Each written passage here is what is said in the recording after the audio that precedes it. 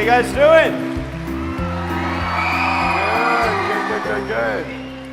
Well, guys, I was born this way, and there's no medical reason why that happened.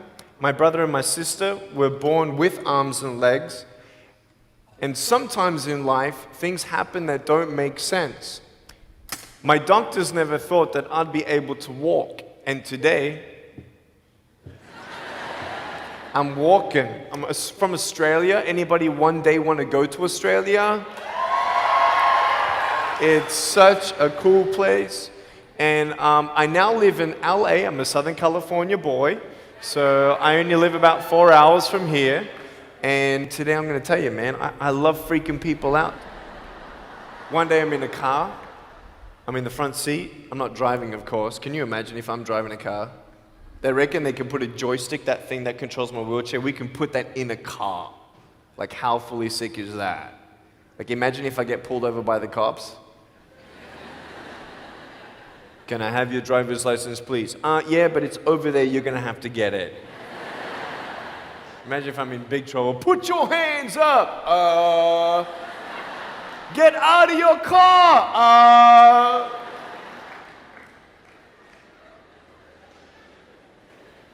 So I'm in the front passenger seat, we're at the traffic lights, and this car comes up next to us, and this girl's looking at me. And I'm looking at her, she's looking at me, I'm looking at her, she's looking at me, I'm looking at her. All she sees is my head, right? She has no idea that I have no arms, no legs. So I'm thinking, cool. I'm gonna freak you out. So I get the seatbelt in my mouth, and I loosen it like this, so then I can freely move. And she's looking at me like, why are you eating your seatbelt? So I pull it, the belt is loose, I can move. Now she's looking at me, full 100% attention and focus. Now just imagine all you see is my head, all right? You might want to put up your hand up to your face to cut off the rest of my body, all right? So you can really see the effect. So just, that's it, exactly. Here we go, ready? I just did this.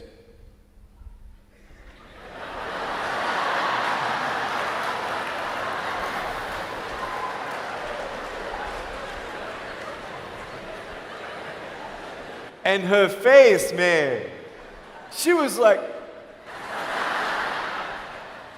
she nearly ran the red light, man. It was so good. My parents always said, Nick, you don't know what you can achieve until you try it. And the doctors looked at me and said, he's not going to walk, he's not going to go to school, he's not going to do anything in his life. And then my parents, they just loved me like crazy and said, you got to try.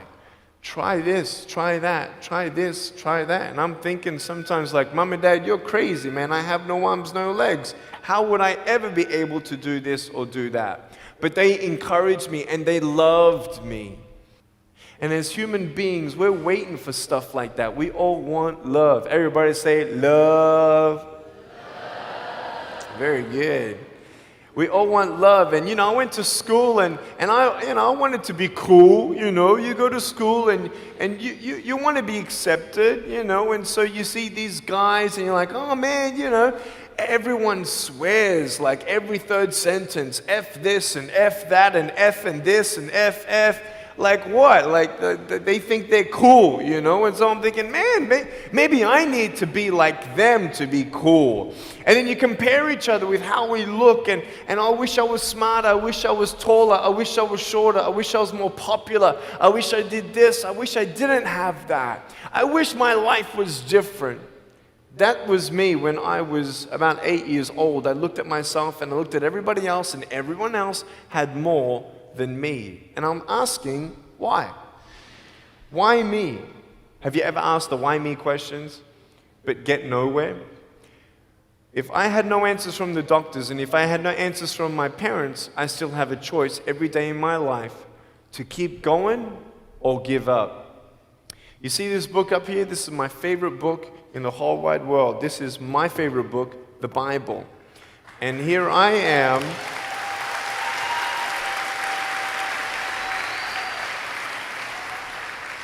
And here I am, and for me, that's my full potential in all that I can be here on earth. And so encouragement takes me closer to all that I can be, and discouragement takes me away. You see, it only takes 3 seconds for someone to tease me when I was at school and just say, you're ugly. You can't do this and you can't do that. And some of you thinking like, man, seriously? You had kids picking on you? Like, how heartless are those kids? Picking on me with no limbs, like, you would probably say, well, I'm not that bad. I wouldn't pick on a kid with no limbs. But why would you pick on anyone? Well, because it's fun. It's just culture. Okay, we'll get to that. But for me facing all that stuff, I'm getting these seeds. Everybody say seeds. S-E-E-D-S, seeds. Have you seen the pictures of the sekoya reds up here in California? These huge trees. Like some of the trunks could be as nearly big as this room. I've seen those photos where they've actually dug out a tunnel in a trunk of a tree. You can drive a full-size SUV right through it. That all started with a little seed.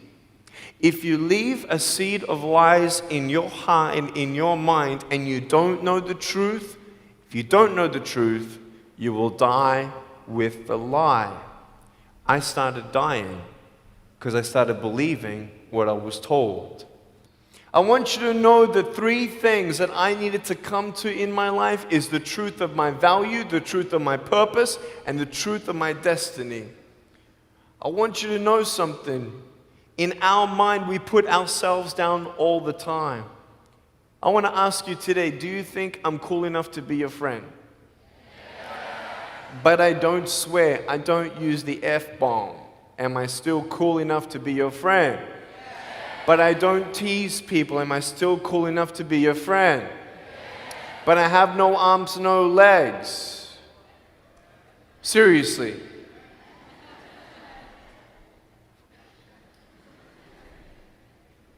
You would be my friend even though I have no arms, no legs. So you're telling me it actually doesn't matter, right? If it actually doesn't matter for how we look, then why do we tease each other for how we look if it actually doesn't matter? Why is it that we look ourselves in the mirror and we see ourselves, well, we're having fun. Oh yeah, man, we're just part of culture, man. There were 12 people one day teased me, taking me away from my hope. 12, 11, 10, 9, 8, 7, 6, 5, 4, 3, 2, 1. Don't worry, I won't fall off because if I did, I'll break my arm. But 12 people teased me one day, and I can put a pretty brave face on, but cry on the inside. For real. Oh, it doesn't hurt. Yeah, it hurts. There was this one bully. I became his target for 3 weeks. And every time I go by him, I was 13, he was 17. I was in my chair. I'm only 4'9" in my other chair, my old chair. He's like 6 something, so he's huge, right? So I'm looking up at him, and every time I go by him, he's like, hey, there's Nick, he has no... And you can imagine what he said. And I'm like, what's his problem, man? So I tried to avoid him, and I was so embarrassed. He would say it really loud, and everybody would be looking, and some would be laughing. I'm like, what is this guy's problem, man? So one day, after 3 weeks, I went up to him, and I said, hey. He's like, hey. I said, can you please stop it? He said, stop what? I said, stop teasing me. He said, what are you talking about? I said, every time I walk by, you say that stuff. He's like, what stuff? He didn't know how to take me on. So I'm looking at him and said, nah, man. Every time I walk by, you say exactly this, and I want you to stop. I forgive you, but stop it. He's like, oh, is that hurting you? Now, I could have said, nah. Or I could have said, yeah. It takes a level of humility to actually say, actually, I don't like that. It's killing me. And I said, yeah, it's hurting me. He said, all right, I'm sorry, man. I was just, playing around. He said, give me a hug. He said, what? I said, give me a hug. He was like, all right. So I gave him a hug. I'm a hugging machine. We made the Guinness Book of World Records. 1,749 hugs in 1 year. We did it last year. My arms fell off, all right? The scary thing about hugging so many people is that anyone can just pick me up and take me home, all right? Like, what am I gonna do? Like, eat them or something? Like, pretty mean headbutt, right? I want you to know that you might be playing around. I could pretty much say that 98% of you have teased someone in your life. I tried to commit suicide because of people who thought they were having fun, not knowing the hell that I was going through. The people you're teasing, what if the person you're teasing is the person who's thinking of committing suicide? What if the person you're teasing is the one who's tried to commit suicide, who hates their life because of you? You don't know if the person you are teasing is the son or daughter of a drunk at home getting abused. And all they need is someone like you to keep on pushing them this way. We need hope. So find something else to do. Find positive things in your own life. I don't care about how you look. I will never, ever, ever tease you. I will never tease you. I could tease you. I could be tough. People thinking that bullying is tough. It ain't tough. My wheelchair, this is tough. This thing, man. I'll tell you something. You ready? This wheelchair. This thing's so tough.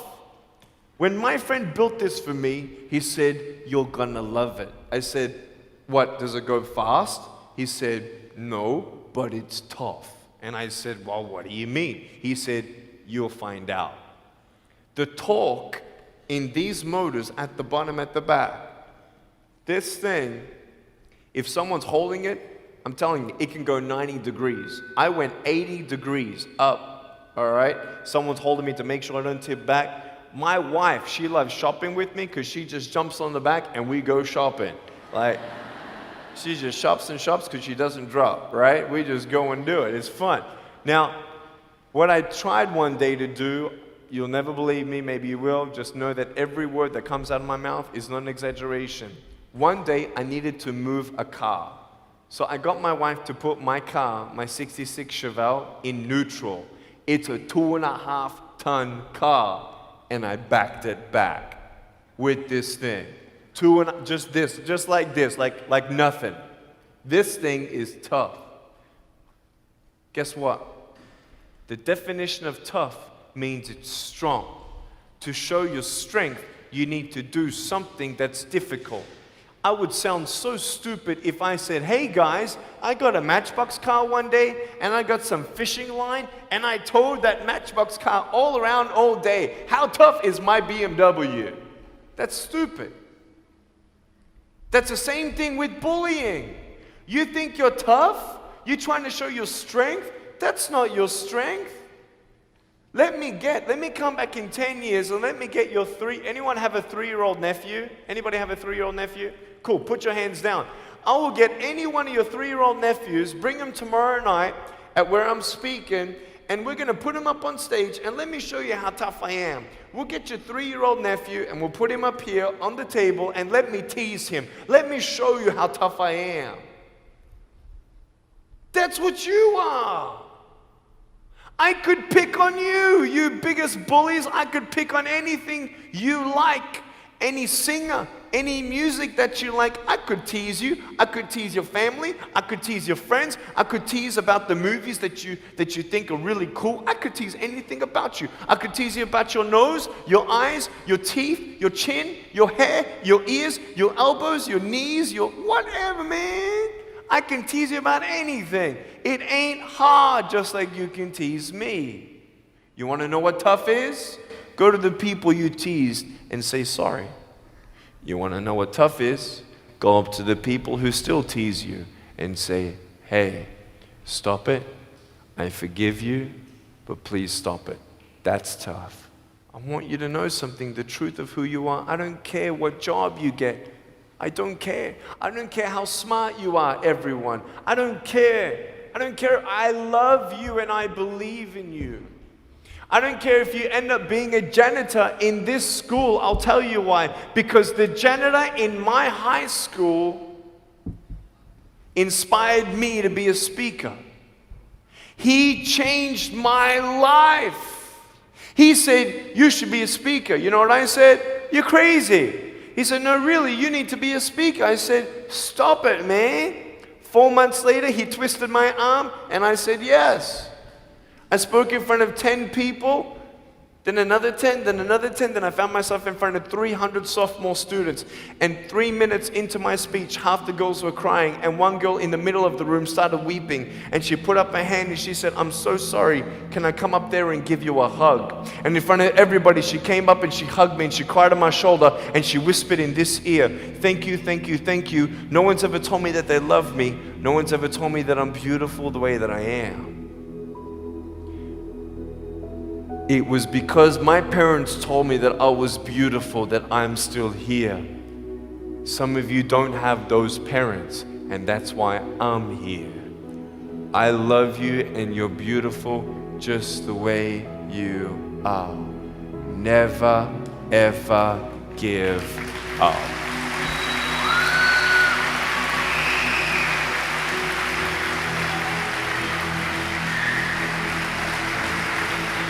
How many schools do you think that I spoke to actually stopped bullying altogether?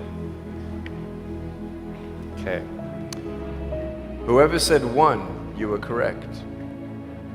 1 school out of 600, I got a letter from the headmaster, and he said, Nick, you forever changed our school, blah, blah, blah.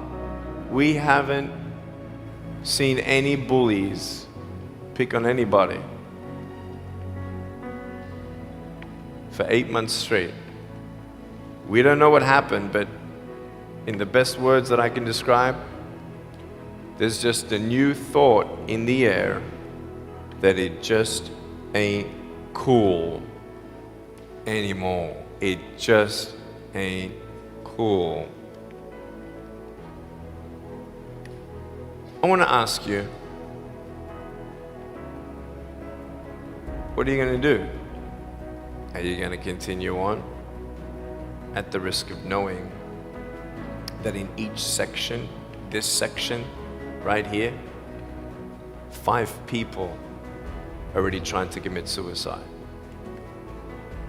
That section there, 5 people. When you extrapolate it out,